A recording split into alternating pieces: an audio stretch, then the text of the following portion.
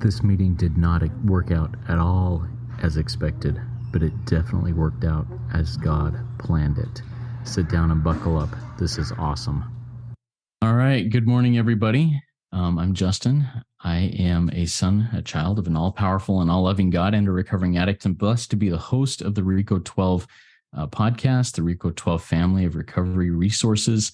And it's a huge blessing in my life. As you can see, my guest speaker has not yet arrived, and I'm continuing to look for any information that he may have sent, but has not sent anything at this point. So what we can do in the meantime is I'm going to share a little bit about RICO 12. If this is your first time here in a RICO 12 speaker meeting, I've got 24 of you here so far, and that's awesome to have you in the live audience. If you've never been in a RICO 12 meeting before, we typically have a speaker who comes on and speaks for about 20 to 25 minutes on the recovery topic of their choice.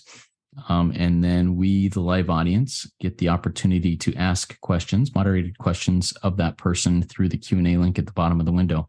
Right now, since we don't have a guest speaker, what I'd like to do here is I'll read through a little bit of this intro. I'll read a little bit of information about RICO 12, and then maybe we can have an open Q&A, or maybe if there's someone in this live audience who has some experience, strength, and hope that they'd like to share on and maybe take some questions on, shoot me a direct message in the chat and I can promote you to panelist if you're ready to do that. I know this is like, woohoo, last minute, but if God is moving on you, if your higher power is saying, hey, let's do this, let me know and we can make that happen. But I'm going to go in and start reading this intro so you have a little bit of information about what we do here.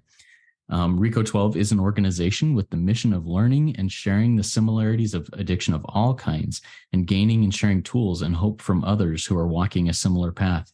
We come together from all places, faiths, and backgrounds to gain tools and hope from others who are walking this path. Speakers from our past meetings have represented many fellowships, addictions, and afflictions. We are open meeting here. We aren't just an AA or a OA or whatever meeting. We are an anonymous meeting.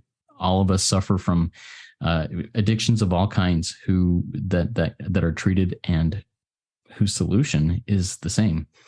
All right. The RICO 12 family of recovery resources continues to grow and have more resources for the addict and the loved ones of those addicted.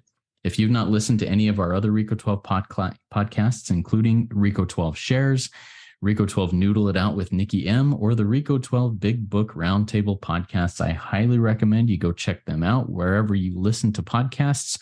The links to these podcasts are in the show notes of the podcast, any of the podcasts, as well as I'll be putting them in the chat of this live meeting here as we go along. And I'm super excited about all of these resources, and there's more to come. There's more to come. Now, your donations and subscriptions are making this all possible, as there are costs to build and maintain all of them. On that note, RICO 12 is a self-supporting service. We appreciate your help in keeping us working our 12th step in this manner. And I want to thank a few of our spearheads and donors.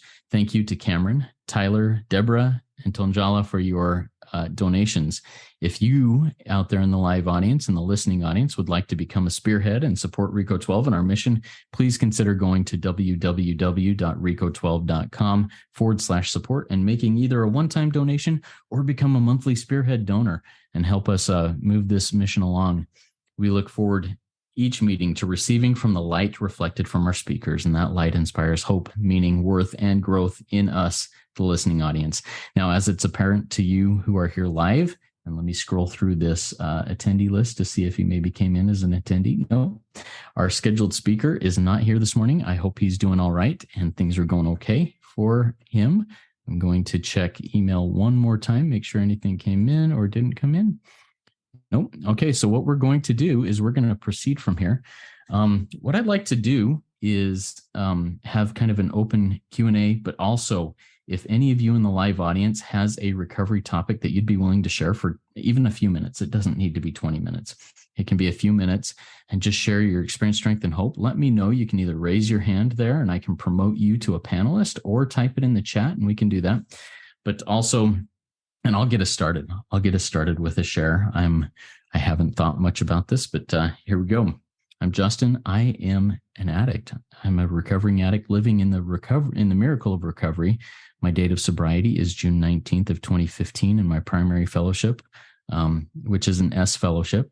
And man, what a miracle it is to walk this path of recovery. One of the things that's been on my mind a lot over the last, this year, this calendar year, and I've shared a little bit about it in several different places. So maybe this is a little bit of a repeat, but it's step 3. It's the idea that step 3 is a decision. It's not a goal. It's not a wish. It's not a resolution. It's a decision. And that making that decision makes all the difference in my life. One of the first sections of words that comes to my mind and to my mouth every morning is the third step prayer. And to me, that third step prayer is more than just words. And, but it's only become that this year. Let me take that back. There have been several times instances where the step 3 prayer was very meaningful throughout the 10 years in the rooms that I've experienced. But the reality or the power of that prayer really hit me this year on January 1st, actually, of this year. I was in a workshop and someone shared their experience about the step 3 prayer and talked about it being a decision. And as I took that prayer, I recognized there was one word that really jumped out at me as I said that prayer. And I've said it 1,000 times before that, and 1,000 times since that. I'm just rounding and generalizing with numbers, but the word that really hit me then and has made all the difference in the world was the word those.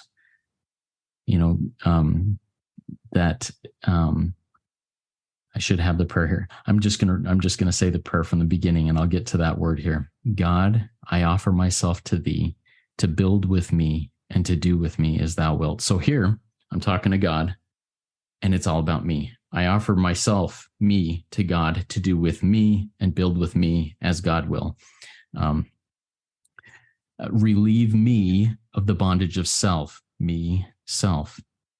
Take away my difficulties that victory over them may bear witness to those. And that's where the word really hit me. To those I would help of thy power, thy love, and thy way of life. The first 2 steps, step 1 is all about me admitting that I'm powerless, that my life is unmanageable. Step 2 is all about saying, I can't do this. I can't, but there has to be something out there that can. And that's where God is, me, God. Step 3, I always thought was about me, giving my life and my will over to God. But it very quickly shifts to those. It shifts to others. I no longer can be the focus of my own life. I can't be the center of my own life. If I'm the center of my own life, my life is miserable. I've got a quote here on the wall. It's actually a paraphrase on the wall from somebody that I heard once. Thinking about myself and being miserable are both the same thing. If my life is all about myself, if all I'm thinking about is how does this affect me, I'm miserable. But if my focus is on how I can take what I gather from God, from my higher power, not to benefit my life, but to share it with others, with those I would help, of God's power, God's love, and God's way of life, that misery quickly changes to, I don't want to say happiness. I think it's more joy. It's more lasting, because happiness is fleeting. It's up and down. It spikes high. It's low. It's something that really, to me, isn't super meaningful, but it brings meaning. It brings joy. It brings something that means a lot more than just the fleeting moment of, I don't know, the thrill, the happiness, the rush that comes from that. Life is more than just a roller coaster. Now, I love the roller coaster parts of life. I love the thrill, putting my hands in the air because it's more fun. I love the excitement. And honestly, that's what I saw in addiction was, I need to get this next. If I'm not feeling the excitement, if I'm not feeling the rush, life sucks. It's boring. And that's all I sought. Well, now, yeah, I still love the rush of life, but that rush is way different. It seems to have more meaning. It seems to have more weight. It seems to have more depth. So yes, a feeling of peace. Thank you, Angie, for putting that in there. Yeah. Joy and peace, I think, are synonymous. I can feel overjoyed and rejoice and have lots of stuff, but really at the core of that is a peace that everything's all right. Everything's all right. I can accept things for what they are. In fact, hang on just a sec. I'm really embarrassed that my big book is over on the shelf, but I'm going to go grab it. I'll be right back.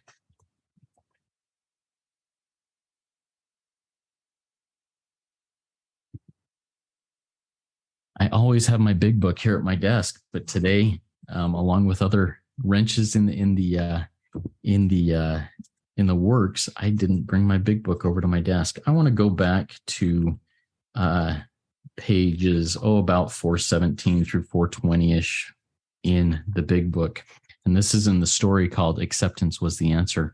And honestly, the acceptance here is what our speaker was going to be speaking on, was acceptance. So I'm going to jump in here and read just a little bit.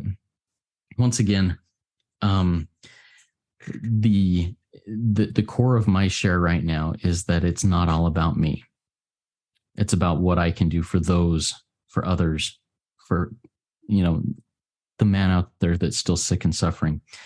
And I'll start at the topish of page 417. When I stopped living in the problem is me, the problem is self, the problem is me being selfish, self-centered. That we think is the root of all our problems: selfishness, self-centeredness. So when I stopped living in the problem and began living in the answer, and the answer is being of maximum service to God and my fellows, the problem went away. From that moment on, I have not had a single compulsion to drink, is this person's thing, as I focus on what I can bring into the world and not what I can get out of the world.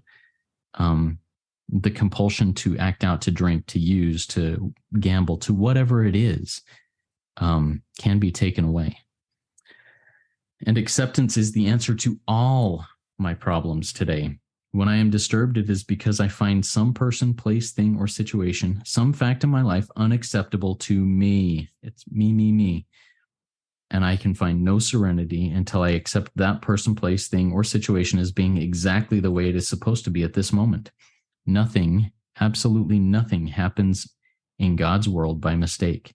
And until I could accept my addiction and embrace it, I'm an addict. When I first came into the rooms, I was ashamed. It took me several times in the rooms as we went around the room to introduce ourselves. I'd say, "Hey, I'm Justin." Pass, and it was kind of cranky and very bitter about being in the rooms. But the first time I said, "Hey, I'm Justin, and I think I just might be an addict," and the next time around, and I'm a big fat liar, these weights came off my shoulders like nothing else. But until I could accept my addiction, I could not stay sober. Until I say, you know what, I'm an addict. I'm going to embrace it. Not the fact that I love being an addict, but the fact that I love that there is a solution to my addiction. And that solution for me is my higher power. And that's something that acceptance of that has brought me a lot of peace in my life. With this acceptance, I think I want to go a little bit further in here.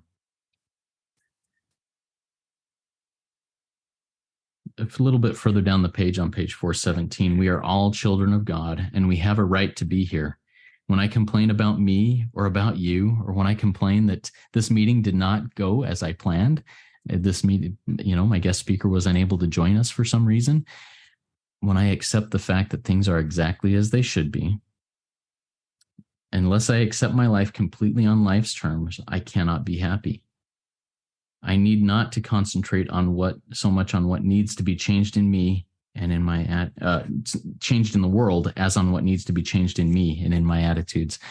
Guys, I'm scared to death right now. I'm like going, what am I doing? And here I am, almost 10 minutes in and feeling a bit of peace. Acceptance is what I'm feeling. Thank you for being here and for walking with me through this. But when I'm complaining about me or you or the fact that things didn't work out how I want, I'm complaining about God's handiwork. I'm saying that I know better than God. I don't know better than God. I've proven that to myself all my life. So as we go into this, and I want to remind our live audience here, if you have questions for me about this, or if you would like to jump in and share, feel free to let me know and we'll get there. But I'm going to go a little bit further in this same story. I'm going to jump over to page 419. Sometimes, and I'm just going to use this meeting today. I think this is perfect. This is perfect. Thank you, God. On page 419 of the big book, leading into this, we're talking about not accepting things and acceptance being the answer, accepting things as they are and not as I think they should be, allowing God to be the director and me to be the bit player in the play, or even the guy who pushes the broom. But I can do the same thing with an AA meeting. I can complain about it. I can try and control it. I can say it's not good enough. I can do the same thing about a RICO 12 meeting. This isn't exactly how I planned. I feel uncomfortable with it, and I don't want to put this out as a podcast now, but I can do the same thing in this meeting. The more I focus my mind on its defects, the late start, the person not being able to be here, me not being prepared to step in and fill in and having to go with what's here, the more I focus my mind on the defects, the late start, the long drunkalogs, the cigarette smoke, the worse the meeting becomes. When I focus on, hey, this isn't what I signed up for, the worse it becomes. When I go, you know what can I get out of this? But when I try to see what I can add to the meeting rather than what I can get out of it, and when I focus my mind on what's good about it rather than what's wrong with it, the meeting keeps getting better and better. I hope it's getting better and better for each of you. But I'm feeling more and more comfortable as I go along here. And this is really good for me. The next phrase in that paragraph, when I focus on what's good today, I have a good day. When I focus on what's bad, I have a bad day. When I focus on the problem increases. And if I focus on the answer, the answer or the solution increases. I'm not one. In fact, I used to, in addiction, I used to try and positive think my way out of addiction. If the mind can believe it, I can achieve it. Anything I envision in my hand can be achieved. And I think there's some truth to that. But for me, who is an addict of the hopeless variety, all the trying, all the harder work, the more prayers, the more workshops, the more conferences I went to try and develop this magical mind that God's blessed me with to overcome, to become stronger than my addiction, the worse it worked out. But when I embraced, like I mentioned earlier, when I embraced that I'm an addict and I have to take my medicine every day, I'm not going to be able to go to a workshop, a conference, and pay thousands of dollars to have some high paid and really very successful, amazing person tell me how amazing I am, and that I can do anything I set my mind to. There's nothing wrong with that. But for someone like me, I can't do that until I embrace the fact that I am broken. My mind doesn't work like other people's minds. And thank God for that. Because I would not, had I continued to try to just muscle my way through addiction, muscle my way through into recovery with only my own efforts and my own wishes, going back to the step 3 prayer, being a decision, my own wishes, my own resolutions, my own goals. I set millions of goals, resolutions, wishes. I wish I could stop doing this. I wish, man, I am determined this is the last time I will have ever done this. I making oaths and promises and solemn covenants. I will never do that again. And a day later, there I am again. 2 hours later, there I am doing it again. A week later, a month later, whatever it is, because I cannot stay sober on yesterday's spiritual experience, on yesterday's $1,000 seminar that I went to, on yesterday's counseling session with my therapist. I can't stay sober. I can't stay in recovery in those days. I have to renew, refresh the step 3 commitment, the step 3 covenant, to put a kind of a religious word in there. You know, in the big book, in scripture, in all sorts of places, there are promises everywhere. And I like to see promises as if then things. And I see a hand up. So I'm gonna reach out to that person here in just a minute and let them come in as a panelist here in just a minute and share their experience. But and I can't remember where I was going. I apologize. But when I accept the fact that I am an addict, that I'm powerless over my addiction, my life has become unmanageable. When I accept the fact that there has to be a power greater than myself, and that power is not me. And when I turn my will and my life over to that power, amazing things happen. Acceptance happens, and life moves, not amazingly, but it moves. And I am given sufficient for my needs. I'm given sufficient for my needs. All right. I am going to pause there for a minute, and I'm going to bring Anya in as a panelist and turn a few minutes over to her. I'll ask her a question when she comes in, and then let her share a little bit.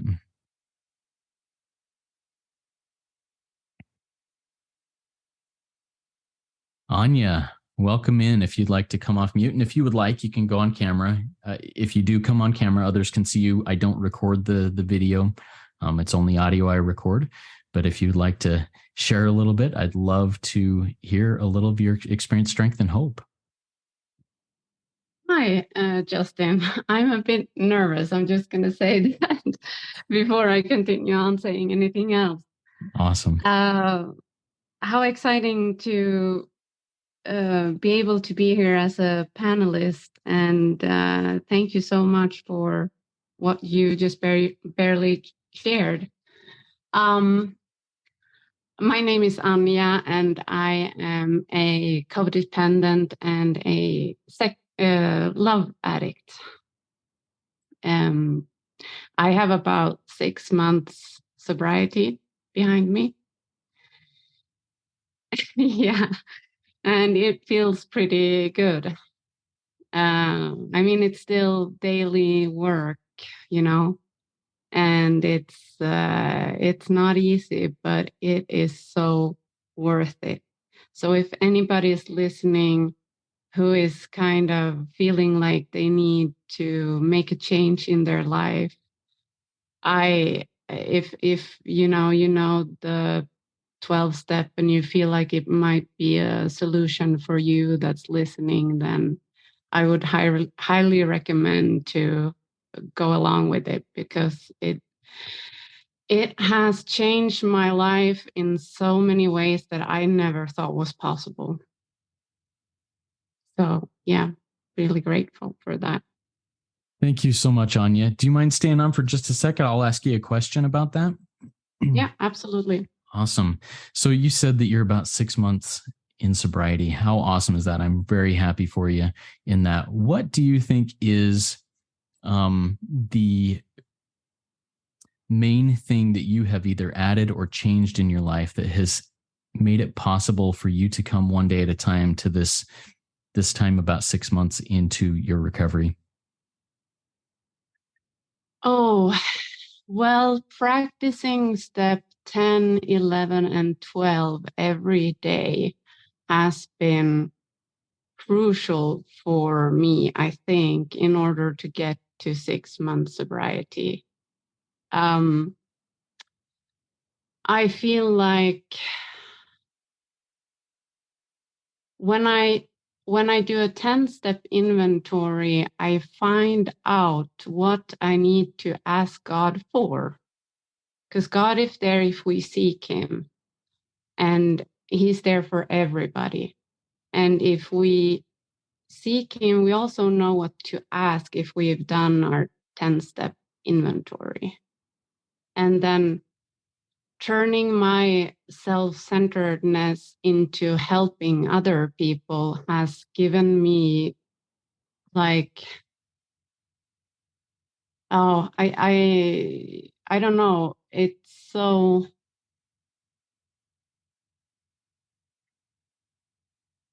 I don't think I even can explain it because I don't really do it for myself, you know. I do it for other people, but I know the hardship that they're in, and just knowing that I can make a difference in somebody's life and give this amazing gift that I have been given through the 12-step program, giving them that freedom and joy is and peace. It's amazing. Thank you for sharing that, Anya. One more question for you. How quick did your sponsor get you into working your steps 10, 11, and 12? Did it take months, or did your sponsor say, hey, jump right in and start on this? How did that work for you? No, so my sponsor, we didn't do 10-step inventories until I was at step 10. So I think that answers your question, right? Yeah, it does. It does. One thing that thank you, Anya. Thank you very much. Did you have anything else you want to share, or do you want to go back to being an attendee? Well, there was something that I wanted Have at it. to share. Thank you. This was something that happened at work a few days ago, and it was, you know, because I listen a lot to you, to Rico 12, and I listen to you and Nikki noodling it out, you know, and you talked about see where religious people are right a while back, um, and and I know Nikki has been on your show not that long ago and talked about that, I think. Yeah. And so I have this Muslim woman at work, and it took some guts for me to talk to her because I was, you know, being a codependent, I'm worried about what she might think or feel if I ask her questions about her religion, you know. But so I did, and it turned out it was a great conversation. And I told her about how I practice my faith with the morning routine, the morning quiet time. And she talked about that. Oh, that she was like, oh, it's very similar to what we do. And you know, and it felt really nice because it felt in a way that it was a way that I could be of service that I hadn't thought about before, that it felt like I was doing her a service because we felt a sense of connection through that, having that conversation. So, and it was very powerful because this is connected to what you were talking about before, admitting that I'm an addict and I don't, because I told her I do the 12-step program and I cannot trust myself, my self-will. Like I'm not like other people. And it's one thing to say that, you know, to myself and admit that to myself, but saying that to her, and I did feel safe doing that. I didn't feel like I was unsafe, if you know what I mean. And it was just really nice to say that I'm not like other people. I need God in my life, and I need to practice these things that I do with the program in order to live a life that's worth living. Mm. Anya, thank you so much for sharing those things. One, I mean, you mentioned you're a codependent and you had a lot of fear and hesitancy to jump in here, and I'm sure to have that same conversation with that woman from work. God is doing for you what you could not do for yourself. this courage that is jumping out through you is amazing. Thank you for being courageous and willing to jump in here and share those things and talk about the experiences you're having and carrying this message in all our affairs. Love it, Anya. Thank you for being here. And I'm going to put you back as an attendee. And then I've got another question that came in. And if anybody else wants to share something like this, please raise your hand and we'll get there. We've got about 25 minutes left of this. Thank you, Anya. You did amazing. All right. Question that came in from our live audience. This is from an anonymous attendee. They said, I love how you have accepted the situation and let higher power guide you to sharing in this meeting. Thank you for practically demonstrating acceptance. My question is, I like how you showed that step 3 shifts me from me to those. Can you talk a little bit about how that shift to thinking of others links through to steps 4 and 5? Are those steps about me or about those?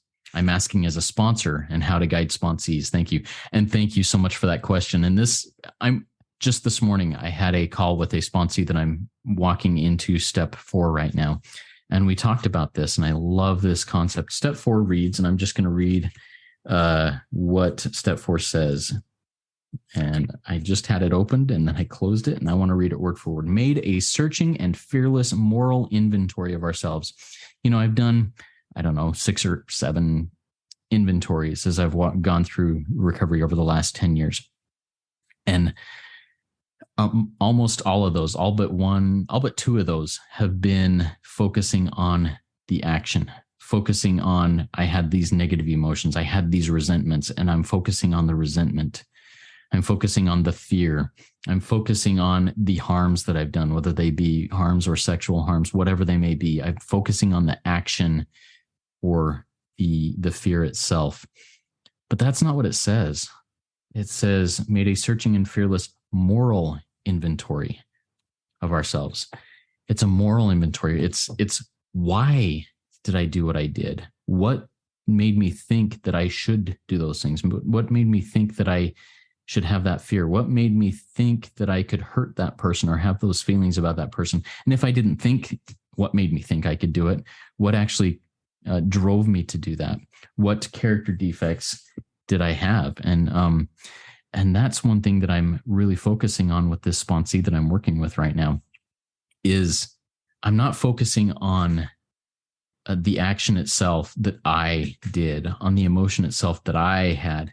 It's on the character defects that led me to do those things. Now, I'm not denying that I did those things. I'm still putting a light on it. I'm still identifying them. I'm still identifying, hey, was it selfishness? Was it, well, I don't have my stuff here. It's on my shelf again. I should have it here. But it's not about the actions that I took. It's about why I did it, and about changing those defects into godly principles, actions for others. What can I change? A couple of my biggest character defects are avoidance, procrastination, laziness, manipulation. So I try and manipulate people and the situation to accompany, to do what I want it to do. And what are the godly principles that I can apply to do that? Well, with procrastinations, it's action, it's zeal, it's getting to work, it's doing the next right thing right now. And is that for doing it for me? No, it's doing it for others. If I'm lazy, the same thing, action, connection with others. If I am manipulating, I never manipulate myself. I'm manipulating others to do what I want. What I need to do is be willing to say, you know what, Justin, I don't really want to do this right now, but in order to be of service to others and to do what I think my higher power wants me to do, I need to manipulate myself to do something I don't really want to do, because it will be for the benefit of others. And it's really easy for me also to say, you know what, when I benefit others, it's like paying into an insurance policy so that sometime in the future when I need something, it's going to come back to me. And sometimes I struggle with that thought that it's still selfish. But I don't think it is. I think there's some real stuff to that. And I just had a hand come up. Oh, I think I lost the hand. All right. I won't jump there. But there was something that Anya said that I want to jump to, and another hand came up, and I'll get that to that person here in just a second. Anya said something that step 10, 11, 12. Step 10 is watching. I need to watch for selfishness, self-centeredness, fear, anger, whatever it is. I watch for those things. And then I ask God, there's step 11. What do I need to do, God? I give this up. What do you want me to do? And step 12 is getting to action. Watch, pray, act. And without the action, the watching and praying doesn't do me a lot of good. I need to get into action. All right. I am going to promote Ella to panelist and have her share a little bit here. Thank you, Ella. She'll be on in just a second. Ella, welcome to RECO 12. Please, share with us a little bit. Hey, awesome. Go ahead. Thanks. So I wasn't sure you could hear me because I had something going on with my audio. All right. Hi. So I am Ella, and I'm a recovered addict from sex and love addiction and also alcoholism.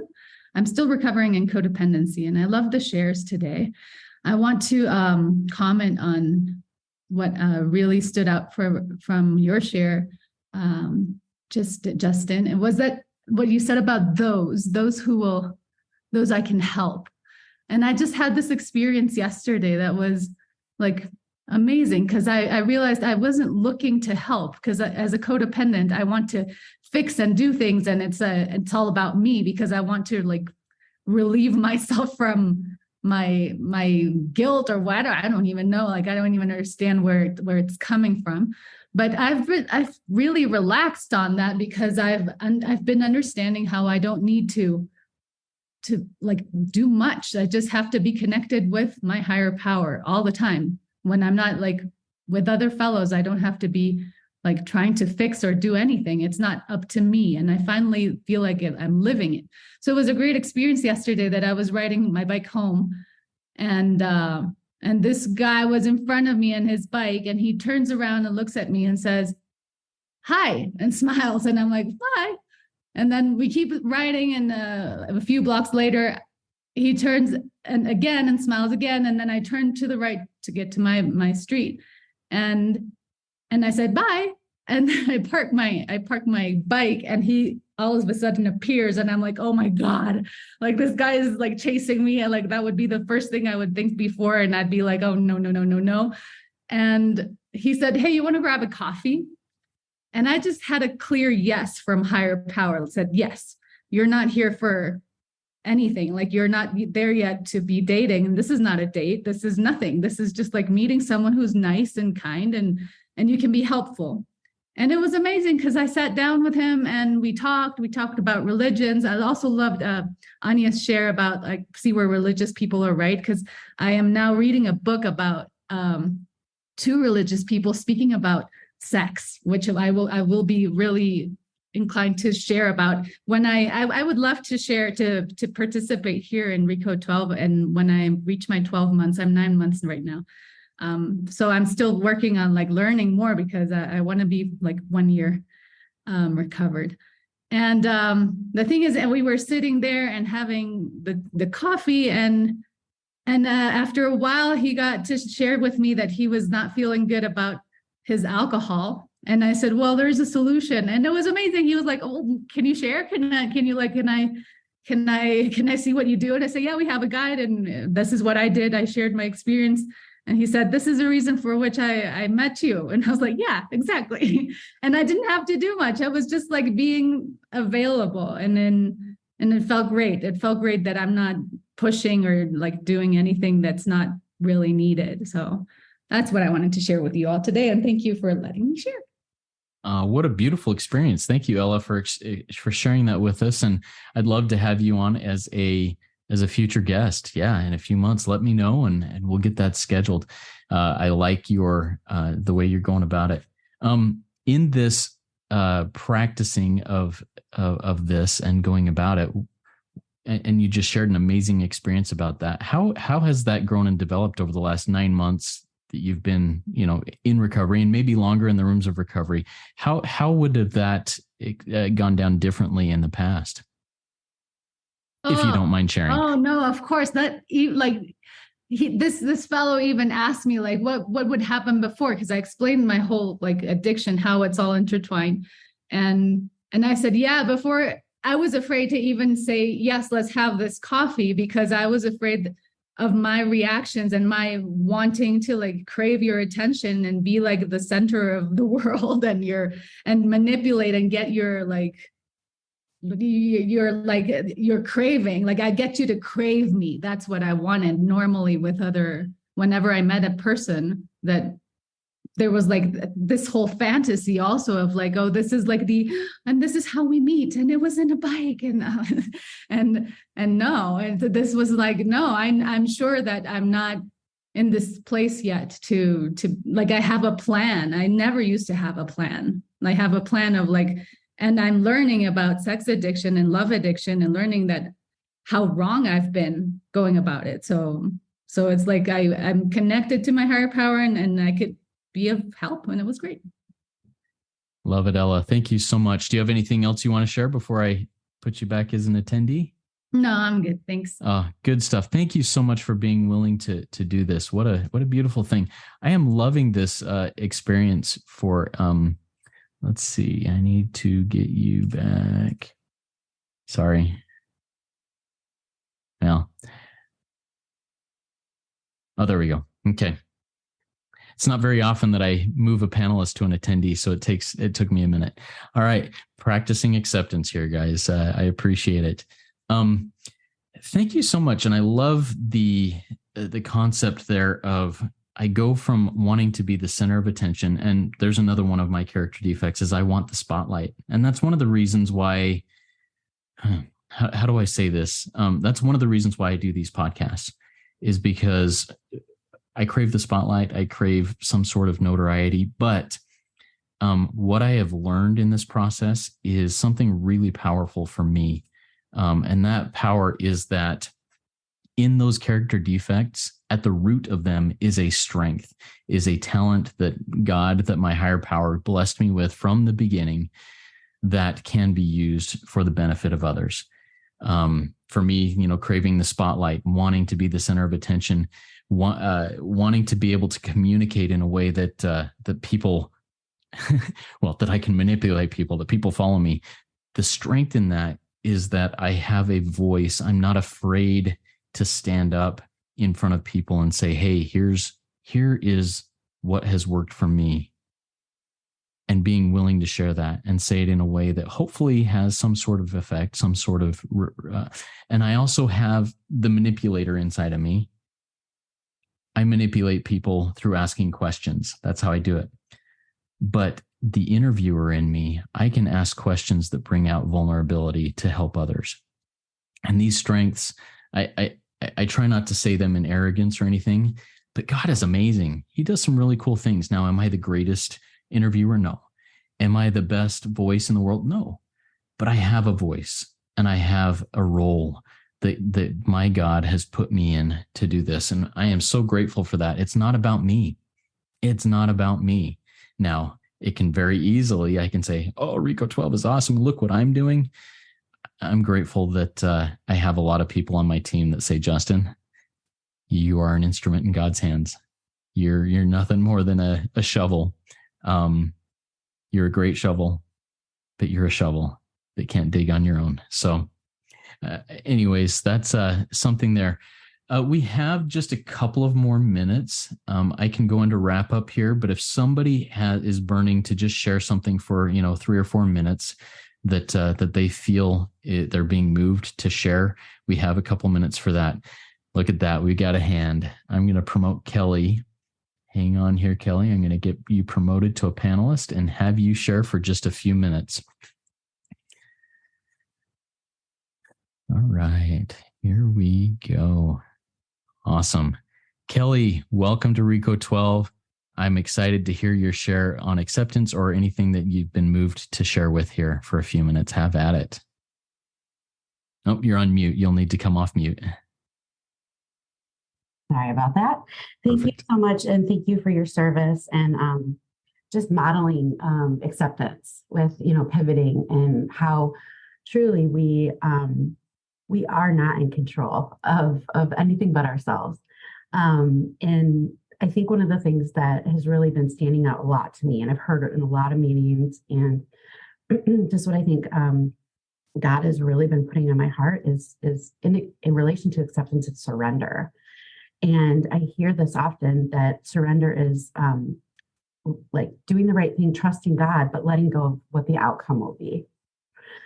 So showing up and taking the right action, but completely not doing that in a way that we're trying to manipulate an outcome, but that we're allowing the outcome to be, and then we just take that next step in relation to that. And I think for me, that's just really helped me stay more in the present. It's helped me, it's helped me focus more on the moment and trusting God, and really just, the serenity prayer in a lot of ways too, just accepting what I can and can't control and letting go of the rest. And so to me, it's amazing how just when I think about it, how they're so intertwined. Trust in higher power allows me to surrender and brings me to a place of acceptance, which is really peace. It's really just that peace, that promise of peace that comes when I realize realize my place. And I think so much ego and humility comes into play with that, really surrendering the ego. And there's a strength that comes with laying it down. And it's just something that I've just been grateful for. And I'm working or just really trying to embrace that more, because it is not my tendency. I want to try to take it back into my hands, and I often do. And then I just remember I've got to turn it over. And so, yeah, I think that's just something that I've just really wanted to share. And I really just appreciate, again, the meeting and modeling how you never know what's going to happen, but we always have the choice to show up in the right way and to serve others. So thank you. Thank you so much, Kelly, for jumping in there. I do have a question for you, if you're willing. You mentioned that it's in laying down something that I was trying to hold and carry and caress and control. Do you have an example of a time when you've laid something down that you didn't think that you thought would go poorly if you laid it down and things worked out in the end? Can you think of an example like that in your own life? Well, I mean, so many come to mind, but one is really right where I'm at right now. I've been with my job for 19 years. I thought I was going to retire here and however many years I had. Completely unexpectedly, I just had felt this tug on my heart where I was starting, felt like I was supposed to be moving in another direction to serve other people in a way in this kind of capacity. And I was telling my sister about it. Then I was just like, well, I'm just going to lay it down. I'm not going to force anything. I'm not going to force an outcome. I'm just going to let it be. I'm going to acknowledge this is where I'm at right now and see what happens next. I kid you not, like 4 or 5 days later, they announced buyouts at my company, completely unexpected. And that was the hardest decision. I think one of the hardest decisions I've ever had to make, because this is security, this is stability. This is, what I can expect. Well, I thought what I could expect. This was totally unexpected. And so I really just had to lay down my will and seek God. I did a lot of two-way prayer. I did a lot of wise counsel. And I truly felt that I made the decision for one of the first times I made a decision on my own. I was seeking wise counsel, but it wasn't trying to get the answer that I wanted. It was, this is what I really feel like God is leading me to do, and just kind of walking through that and just embracing that feedback. And it was amazing how many different parts of my life that I look back and reached out to some of these people. And it was just such a common thread. And it was just like this like that it is this time to embrace this. And it was just, so again, I think to answer your question, really just laying down, trying to force this outcome, worrying, should I leave my job? Should I leave my job? It got answered for me. And so I think just taking those things and prayer and to recovery partners and looking at through the lens of the steps and the promises, those promises come true. So I think that would be my most recent example. How cool is that, Kelly? And I look forward to maybe seeing what you do in the future with this. If you'd like to share that in a future meeting, I'd love to have you there. Thank you so much. I'd love to hear about it. Yeah. All right. Good. Thank you. I'm going to send you to be an attendee and we'll get wrapped up here. All right. Oh, there it is. That came a lot quicker that time. I saw where I needed to do that. Kelly, thank you again so much. Man, Anya, Ella, Kelly, acceptance is the answer to all of my problems. This was a fantastic experience for me. Thank you for helping make it that. And really cool RICO 12 weekly speaker meeting. If you have other questions, and I want to emphasize this right now, what Anya, Ella, and Kelly did today was basically a high intense RICO 12 shares. If you felt something in this meeting and you're like, man, I should have said something, go and record a share at this SpeakPipe link that I put in the chat here. It'll be in the show notes of the podcast. Go record a 4-minute share. It does have a 4-minute limit on it. Record a 4-minute share.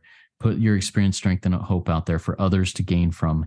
And as I think that each of these people that shared here today felt, when I share something, I learn something.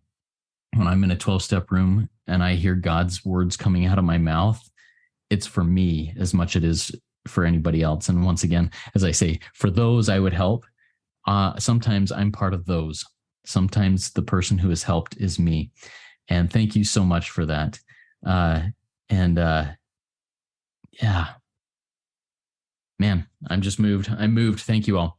So if you have other questions, if you want to join in the RICO 12 community here, we have a WhatsApp community. You can join that by sending an email to rico12pod@gmail.com, RECO12pod@gmail.com. Join in that community there, answer questions, ask questions, have discussions, record a share on RICO 12 Shares SpeakPipe link there and in the chat and in the show notes. If you've not yet rated and reviewed the podcast or listened to any of the other podcasts, the Noodle It Out with Nikki, the Big Book Roundtable, or the RICO 12 Shares, go do it. I think you'll gain something out of it. Now, next Friday, so a week and a half from now, we'll be back on our regular schedule. Our next speaker will be Andrew Bowman, who is the author of the book Stumbling Towards Wholeness. I'll put a link to that in the show notes of the podcast. But his topic will be Stumbling Towards Wholeness.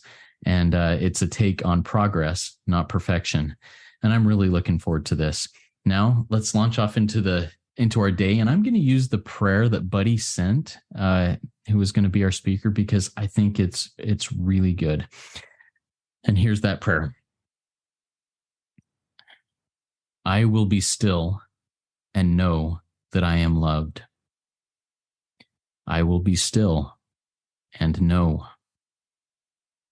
I will be still. I will be. And I'm going to add a line. I will be for God and for others. There is one who has all power. That one is God. May you find God now. Keep coming back, everybody. Let's trudge this road of happy destiny together. Let's accept the road that it's difficult, but it's beautiful. Work it. You are worth it.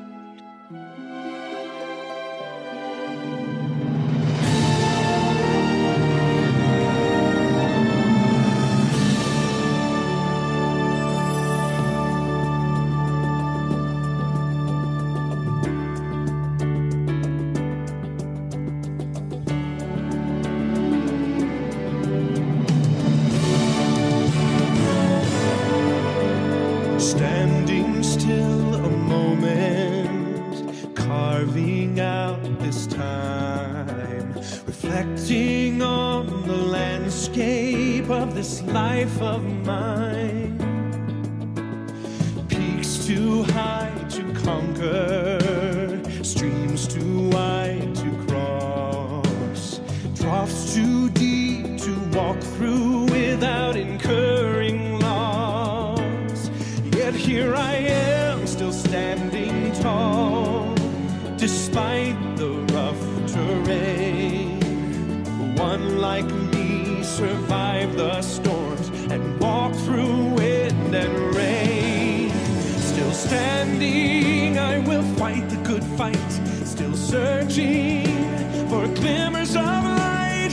Feet still on the ground, I can still be found, standing still.